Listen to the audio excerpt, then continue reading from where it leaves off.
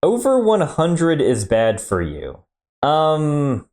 Today we're going to be looking at Linus tech tips, specifically the nuclear bomb-proof PC. Looks like it's encased in a lead brick. For those of you who don't know me, I'm Tyler Folse. I'm a nuclear engineer with a little over 10 years of experience in the commercial nuclear power industry, from engineering to operations to emergency response. I don't claim to know everything there is nuclear, but I can certainly share some knowledge. Let's see. Picture this. The year is 2102. You're sitting down to play some video games when boom! Suddenly, a radioactive bat appears outside your house. And the worst part? The radiation made your computer blue screen right in the middle of a raid with all of your friends. Well, fear not, because Fallout 76 sponsored this video to... Did that actually tick just now? Until October 29th. Did that actually tick just now? Yeah, there's background radiation. Good timing. There is. So the main sources of background radiation are from the Earth, natural uranium or thorium deposits. Those eventually decay into radon gas, which can be picked up. You also get radiation from the sun. And it can vary quite a bit where you live, but it's perfectly safe amounts.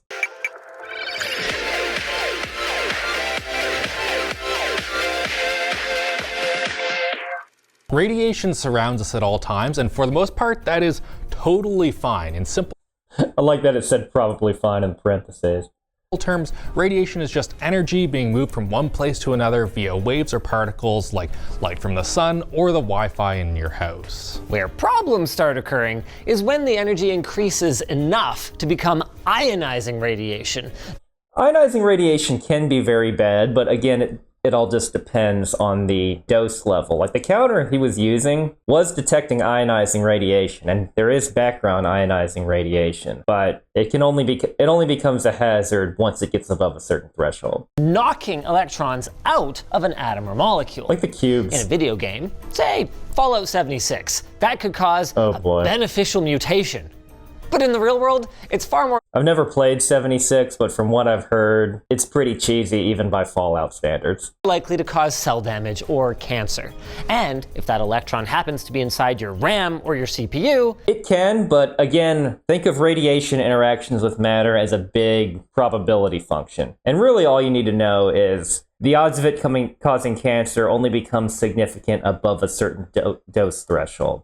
Not going to happen from background radiation. It's not going to happen at a nuclear power plant either, mainly because radiation is so accurately surveyed, planned, briefed. The right PPE is used in certain high dose zones. Radiation protection technicians don't even send people in. But yes, at high enough doses, it can increase your risk of cancer. At extremely high doses, that's when acute radiation poisoning sets in, which is way worse than cancer. It can cause a bit to flip, turning what should have been a 0 into a 1, or vice versa. In 2024, there aren't too many places where you can go that the levels of background radiation are an immediate danger.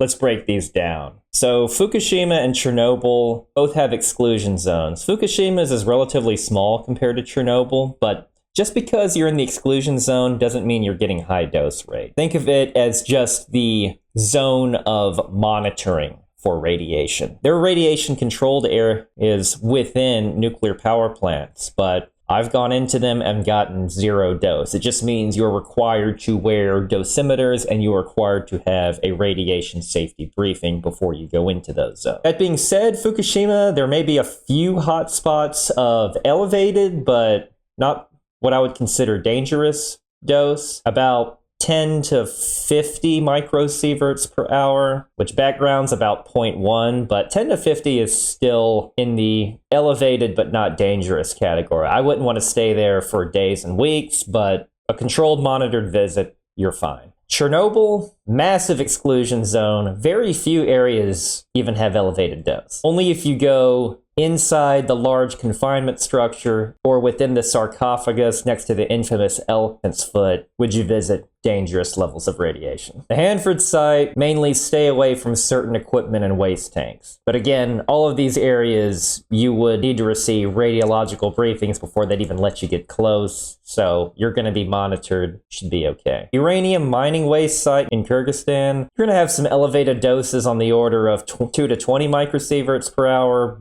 but I wouldn't say it's that much more hazardous than a lot of other mining sites just in general, but still want to minimize your exposure overall. Now, Lake Karachay, that one's the worst in my opinion. You can get upwards of a millisievert per hour or 1,000 microsieverts per hour, and this one is less controlled and less monitored compared to, say, Chernobyl. So that one's probably the least desirable. But again, as with anything with radiation dose, if you limit your time, any of these could be considered safe, but yeah, that one's probably the worst. But ever since the nuclear apocalypse on October 23rd, 2077, the Fallout universe has been regularly experiencing unsafe levels of radiation. And it gets worse. Given that the goal of Fallout 76 is to nuke a radioactive bat, keeping ourselves protected while we do that is key. Now, for radioactive bat? Guess there's no kill like overkill. players, there's a lot of options. Radaway, Rad-X, and even vegetable soup. Okay, Radaway and Rad-X. So Rad-X, which are the tablets, there is something in real life that's kind of like that. It's potassium iodine pills that can be issued by the emergency director post a nuclear accident. Because one of the immediate hazards on the order of hours to days post-accident is going to be iodine 131. And taking those pills basically puts fresh, non-radioactive iodine into your thyroid, so you're less likely to absorb radioactive iodine 131 and therefore less likely to obtain throat cancer, less likely to obtain thyroid cancer. Now, it only protects against that one specific type of radiation. And since the Fallout franchise is set years or centuries after the Fallout, it wouldn't really do you much good. Unless there are active nuclear accidents happening during the time of the game, which there might be. It's not going to protect you against, say, radioactive cesium-137 that you see in nuclear waste, for instance, from fission products. So, not quite as potent as what you see in the game. As far as Radaway, nothing removes radiation dose. It would be the equivalent of taking medicine that, whether it be a pill or hooked up to an IV, that somehow removes bullets from you after you've been shot. That's just not really a thing. Or removes burns after getting hit with a laser weapon. No, those are popular in Fallout. Now, there is Prussian blue, which will bind radioactive cesium in the intestine, so if you've ingested something that was contaminated with cesium-137, this can help flush it out of your body, but you're still going to absorb dose.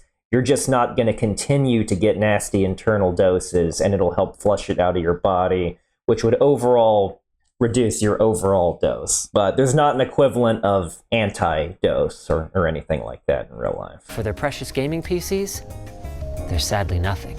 To demonstrate what might happen in this situation, we'll be using our LumaField CT scanner, which is capable of yeeting enough ionizing radiation to see through steel. Cool. This isn't the first video I've heard the phrase yeeting involving radiation or starting something up. I think it's only a matter of time before that enters official Nuclear Regulatory Commission lingo. It is entirely possible to kill electronics if you leave them in there long enough, and sure. if you put running electronics in here, they'll become pretty unhappy pretty quickly. Allow me to demonstrate. So CT scans use X-rays as the source of ionizing radiation in order to image. Geiger counter. PC. Just stick it in there. I mean, a lot of CT scanners typically tell you how much radiation or how much energy you're imparting on the target, but I guess this is another way to take a look at it. Geiger counters will detect X-rays just fine. The main issue with Geiger counters is they can't really distinguish between if it's an X-ray, if it's a gamma ray, if it's an alpha particle, a beta particle, what have you, but in this case, we know the source is going to be X-rays, so they don't really need that information.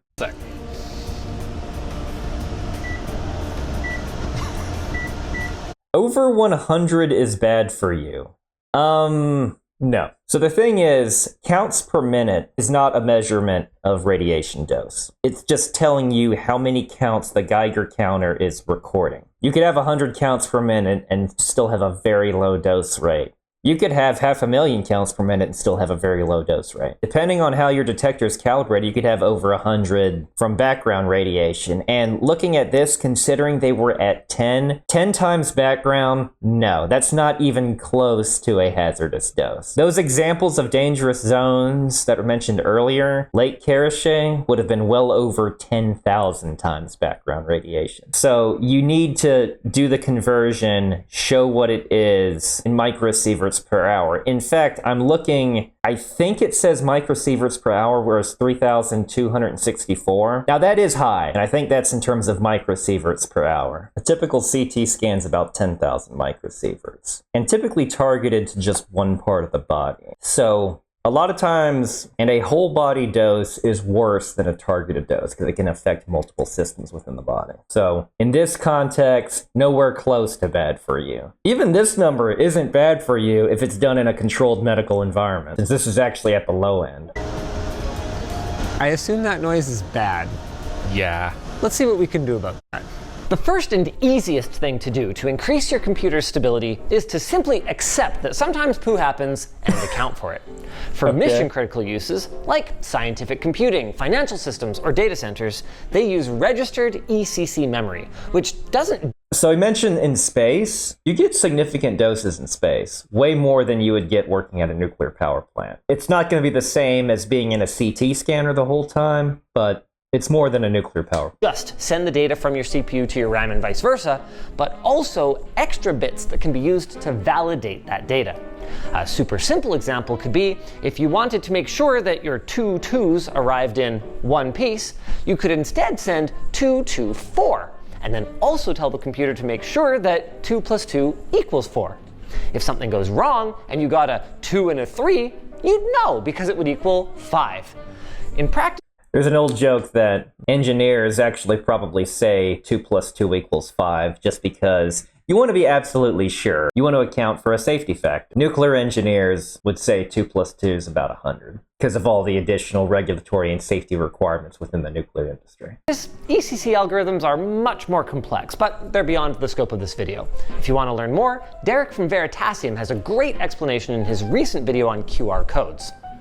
In DDR5, there is some inherent error correction, which some memory vendors will mislabel as on-die ECC. This isn't true ECC, and you can see that the real stuff has extra chips, 4 for storing data and another for error correcting. But so adding it in at the hardware level. Okay. Buffered ECC has a different key and cannot be placed in consumer motherboards. Unfortunately, we don't have any unbuffered ECC here today, but realistically, in the radioactive wasteland of Appalachia, just correcting the occasional bit flip wasn't going to cut it anyway. We need to stop it happening in the first place, and you don't need birth control when you're wearing 8 condoms. Bring in the lead. I'm distance and shielding, that's all I'm going to say about that. Did you write that or did I? I wrote that. Okay, because I don't remember approving that in the script, but that's very funny. Here we have spent $1,000 of Bethesda's money on 300 pounds of lead, then $600 on shipping that lead, and then $800 on a safety consultant. We gave Yeah, shipping that much would probably cost about as much as the actual lead. It's this nice booklet on what you need to know to not get harmed by aforementioned. So a lot of people mention lead in the context of shielding from radiation as if it's the best. That's not necessarily the case. It depends what it is. But tungsten is denser and way better and proportionally better at absorbing radiation. It's also 10 times more expensive though, so I can understand the reason for going with lead instead of tungsten. They had more of Bethesda's money to spend. Lead. Am I supposed to have read it? This page that I marked is the only important one. Good Lord, this is a classic case of the cure being worse than the disease. You do not want to mess around with this stuff. Man, this is... Yeah. The other thing is, so there's the trade-off between radiation poisoning and lead poisoning. Freaking heavy. Oh, where the heck do you even buy 300 pounds of lead? Metal supplier. Just call them up, ask for it, that's about it. Which is kind of crazy to me because this stuff is way more dangerous than some of the things that chemical suppliers do restrict access to. Within the radiation protection community, there's the term ALARA, or as low as reasonably achievable. I've never done a radiological test that involved 300 pounds of lead. Smaller quantities, sure, but not 300 pounds. If you have a business address, you can get basically anything you want. They'll just send it to you. I did not know that. Anyway, we need to make sure we don't touch it. Lead is a poisonous neurotoxin that has no safe exposure level whatsoever. It also gets absorbed into your bone And I think we used to put it in our gasoline. and stays in there for decades with a half-life of 46 years, meaning that people that were alive in the 70s before lead gas and paint were banned are still actively receiving lead poisoning from their own bodies. So he mentions half-life. So lead's not radioactive, but he's referring to the biological half-life. And what's interesting, just like I mentioned with Prussian blue earlier, is you will actually stack radiological half-lives as well as medical half-lives. So in the case of cesium-137 being ingested, the Prussian blue does not affect its radiological half-life, but what it does is it significantly shortens the biological half-life, so you don't get exposed to more cesium-137. Explain in Congress. Lead poisoning can lead to learning difficulties, irritability, mood disorders, poor memory, loss of sex drive, infertility, and many other bad things. What's interesting is it's still legal in fuel in certain parts of the world, and even within the US, it's just within cars. Old school piston-driven airplanes can still have leaded gas. Use was also estimated to have decreased the IQ of the average American by 4 points while its use was still commonplace. That was a difficult torch for the new generation to carry, but somehow they managed it. Fun fact, by the way. Going to an indoor shooting range, even just once or twice a month, can expose you to enough lead dust to cause problems. So what you're supposed to do is put on those gloves and then these gloves. Those ones are doing the protection. These are for cut protection so that the lead doesn't cut you. I'm glad they're going through safety procedures. I've never watched this channel before, but it's good that they're showing this. Oh, sure. Okay. Should we open the bay? Nah, probably not. The worst thing that we can do is stir up dust, which is why we're not in there where the airflow is really good. Dude, this is hilarious. That's a good point. The same is true with working in radiological labs. Dust safety, because a lot of it is you don't want to inhale the substance. Take uranium, for instance. It's radioactive, and it is also toxic at the same time, kind of like lead, just by virtue of it being a heavy metal. In fact, just uranium by itself isn't that radioactive, so the amount of damage it does to you is about equal from radiation as well as just its chemical toxicity. What's especially dangerous about spent fuel is not the uranium, it's the fission products like cesium-137 that are far more radioactive, or the reason why as well as the heavy transuranic waste. Those sort of isotopes is why spent fuel is considered high-level radioactive waste, not the uranium itself. Yeah, the safety committee kept on trying to get us to do other things, but it's just way too funny to have to do all of this.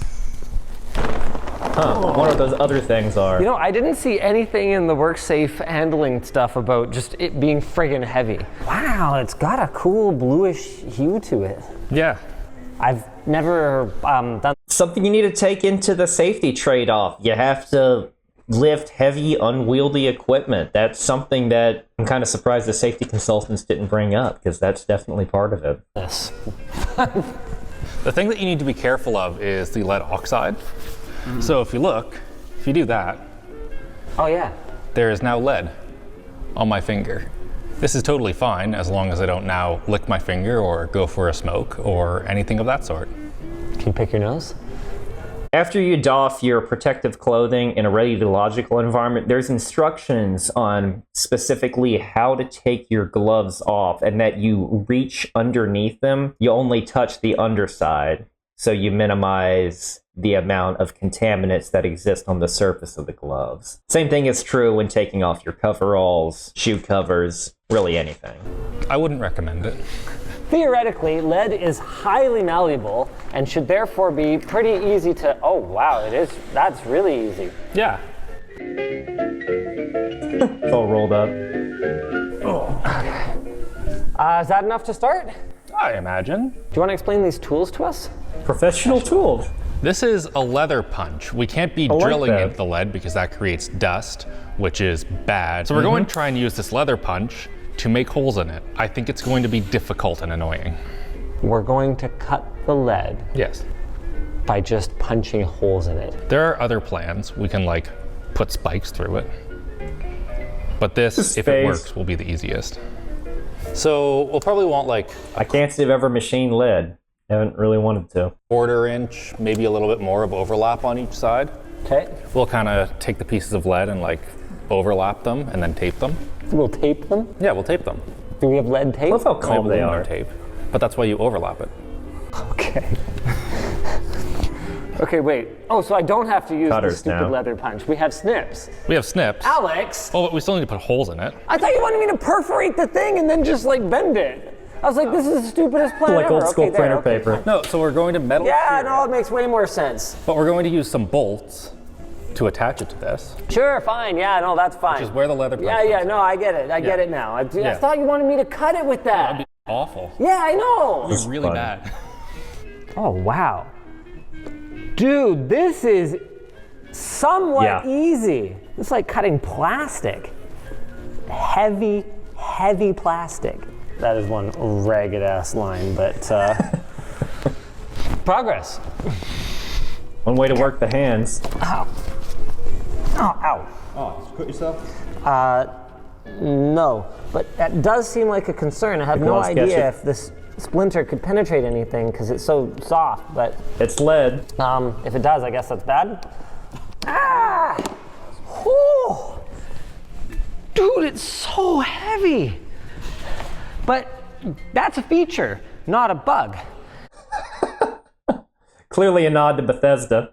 Lead's density is what makes it so effective at blocking radiation. Effectively, nothing can get through it. So making our system Depends on energy level. If you're talking full attenuation of incident gamma, you're going to want 6 to 8 inches thick of the stuff. And it's not that effective against neutron dose. Now, in the Fallout universe, unless you're putting this computer right next to an active nuclear reactor, you're not going to expect much neutron dose. But neutrons, you need hydrogenous material to slow down the neutrons. So, concrete. And that's why reactor containment buildings use many, many tons of concrete. But against gammas, which are the most penetrative that you would probably realistically run into in the Fallout universe. Then again, I've never played 76. Maybe they use a lot of neutron weapons. I don't actually know.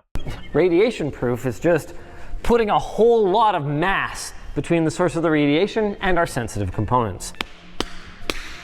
Definitely need to mark out some lines and do a cleaner cut. But that'll be easier now that right. I don't have to contend with the entire roll of lead as I'm trying to snip through it. Okay. I think the key is just being willing to bend the crap out of it while you're cutting it and then bend it back when you're done, because it's really not hard. Just Seems like he's struggling a bit, but maybe he means it's not as hard as you would think considering how dense lead is. But you do this enough, and I don't know if he's going to use the whole 300 pounds or whatever. And it's a good bit of work involved. boom, flat. Trying to line these up pretty much perfect here, because while good enough would be good enough to protect the computer, it's not going to help us get the actual bolts through. So I want these to be very, very well lined up. Okay, Better than close there's enough your for first government lead work. plate. Wow, that's heavy.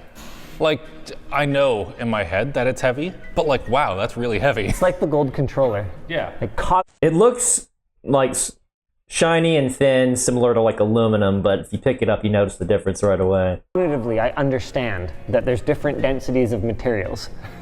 But damn, like, is it a problem that we're gonna have just like steel bolts and we're gonna have small holes in our plating? Probably. There we go. Oh, this is the outer plate. Okay, Yeah. that makes sense. Who's delivering? Yes! Go. Yes! With this overlap, what's your plan when the side panel overlaps and the top panel overlaps. We'll just do heavy's like this computer gonna overlap, be? overlap, overlap, overlap. Just stack them on top of each other and probably just whack it with a hammer and add some aluminum tape. I don't think that's going to be as easy as you think that is. I don't think it's going to be easy. Oh. Well, okay, then we're on the same page.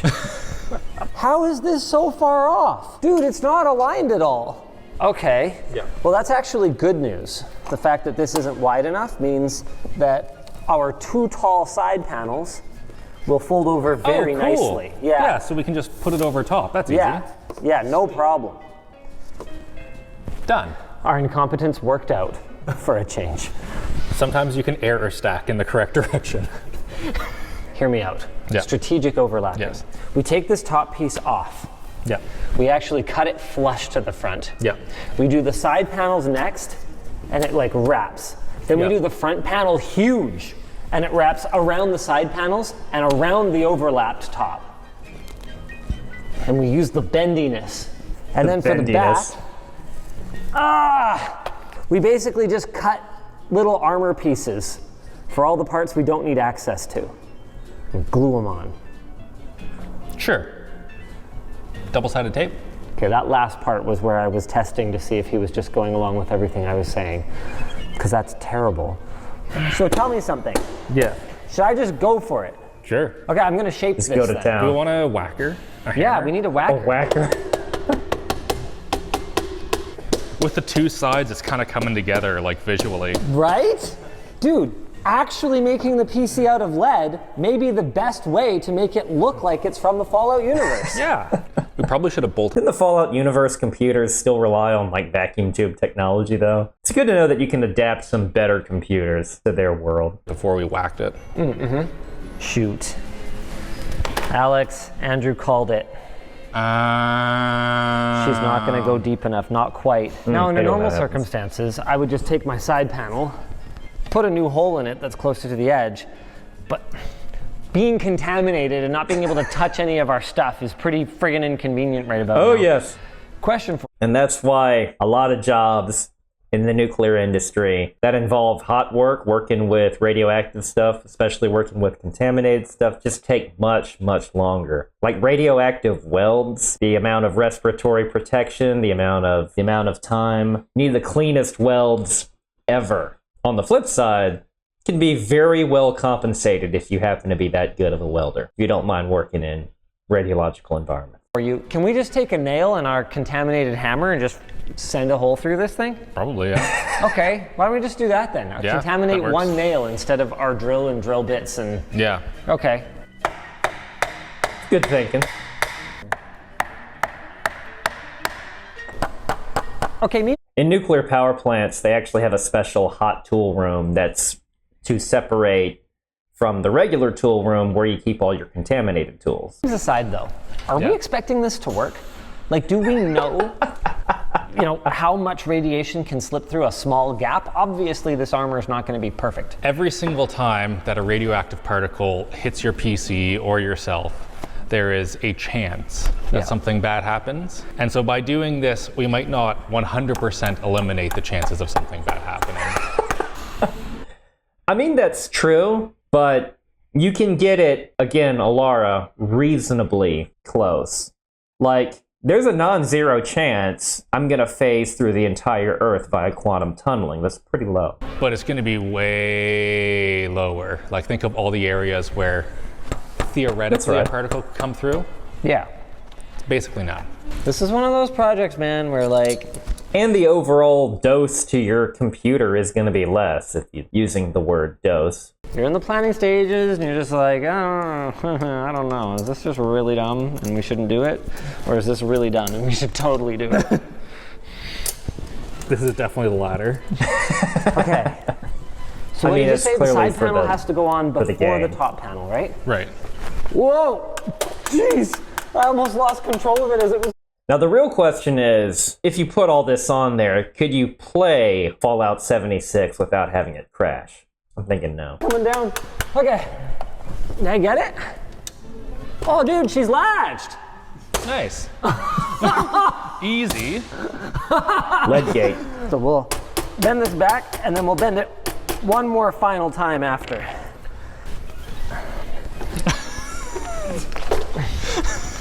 Okay, so we'll fold these over. On the front, we fold up. Question for you. Yes. The bomb's not gonna go off under the computer. Do we need armor on the bottom, or could we have some ventilation? Are you determined to kill this thing? I guess. Well, the thing is, talking about bombs going off, but that is an interesting point. It could be too much. It's the reason why people don't walk around wearing lead suits. Even if you took the lead poisoning aside, you wouldn't move around very good. But if you're not able to cool off your computer, that could do more damage to it than the radiation. We could just attach a fan on the bottom. That would probably help it a lot.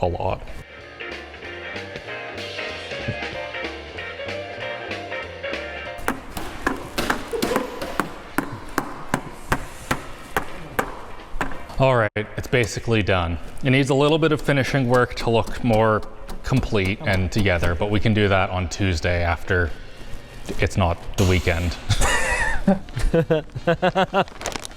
I might have missed out on some of the finishing touches here, but oh! It's heavy. I guess I get to do the big moment. Have we weighed it yet? Yeah, now you got to do it for your laptop. Yeah, portable 100-pound laptop. I have not. We did a wave, but I have done some trimming and stuff. Dude, she's thonk.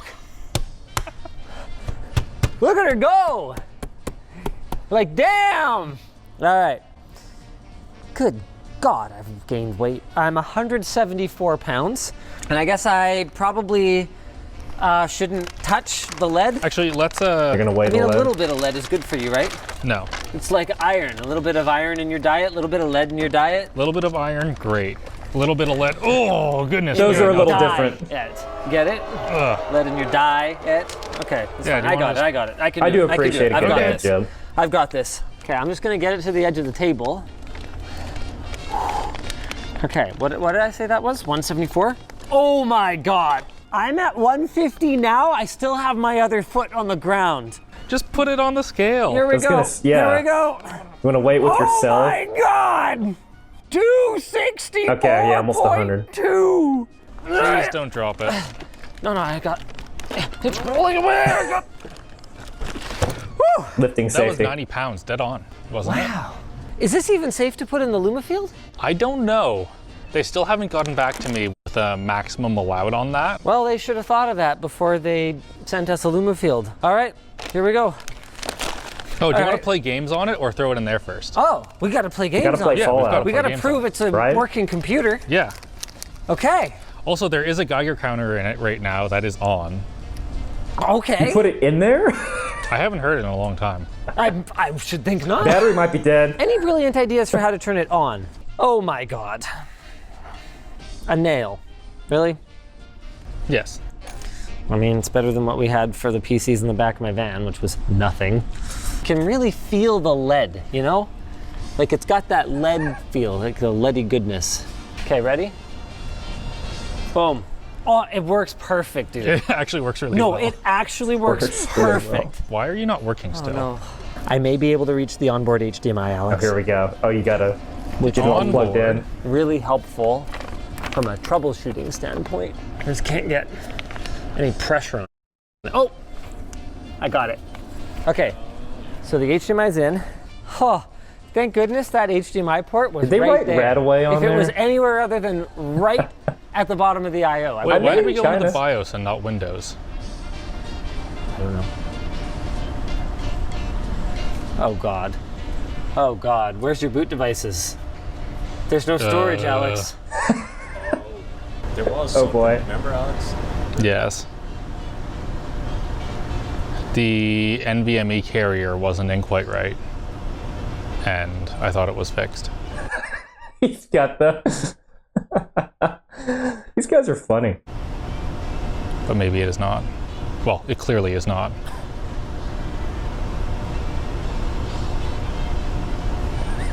He has stopped working. Well, I guess this is getting finished tomorrow. The next Here it day. is, big moment. Does it still game? I couldn't help noticing that it's running great now. Yeah. But is there any air in or out? Radaway, yep. There's a tiny bit of air that's getting in the bottom, but who cares? We have a reservator. All the heat's coming out of here. Well, Okay. all it has to do liquid is run cooling. the game. That's one way to do Before we it. do that, I did scan it in the Luma field. Do you want to take a look? I do. Hello, Mr. Camera. I'm very sorry about this.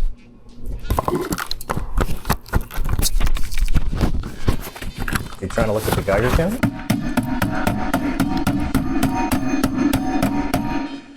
You're not freaked out less with X-rays. One other thing about Geiger counters is, in a very large radiation field, they have a tendency to get overwhelmed because it takes time for each ionization event to clear. So they could actually be underestimating. So it's possible that CT scan really was at about 10,000 microsieverts per hour, but the Geiger counter effectively got maxed out because the problem with Geiger counters is one bit of ionizing radiation effectively ionizes the whole tube that it's detecting. So, and it takes time to recover. But if you're blasting it with so much radiation, it's going to undercount.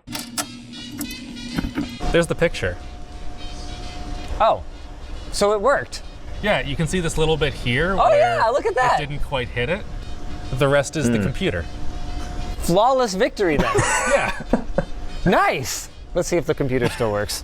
Or realistically, more like if it ever worked. I think its problems are nothing to do with radiation exposure and everything to do with the fact that it is in a sealed container. Yeah.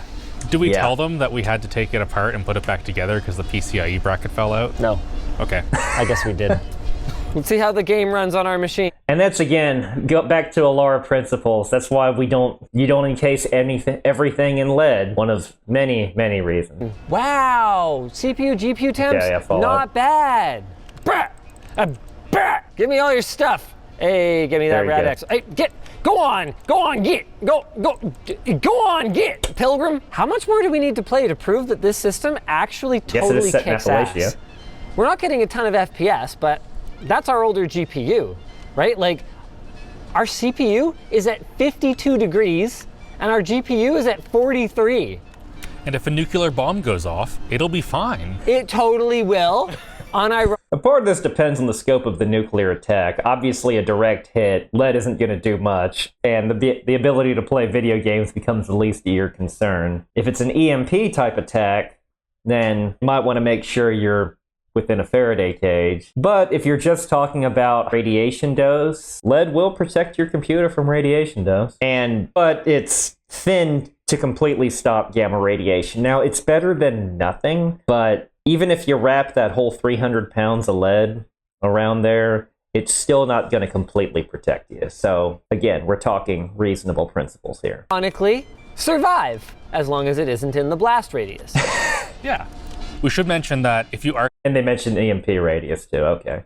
skill challenged like Linus, you can join up with your friends, so maybe one of them is good at the game. I'll dodge you. Oh yeah! And while you do that, I'll talk about The only ones I ever got into were 3 in New Vegas. I tried 4, couldn't get into it, and 76 I haven't really bothered with. the playable character. That's a ghoul. We probably could have worked that in a bit better. Whatever. Look at this computer. The ultimate Fallout 76 PC. You've outdone yourself, Alex. There you go.